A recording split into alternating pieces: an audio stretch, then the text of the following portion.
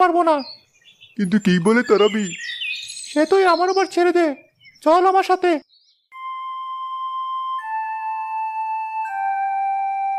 তোমরা অমন ঘরের সামনে দাঁড়িয়ে আছো কেন? এসো, ঘরের ভেতরে এসো।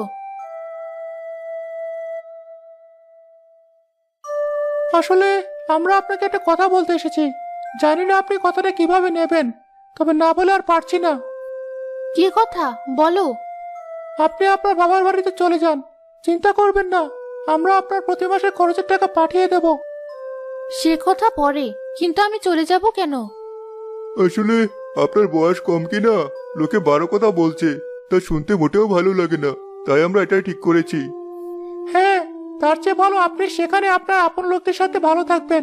দু কথা শুনতেও হবে না, সবকিছু গুছিয়ে রাখবেন। কাল সকালে গরুর গাড়ি আসবে, আমরা তাহলে চলি।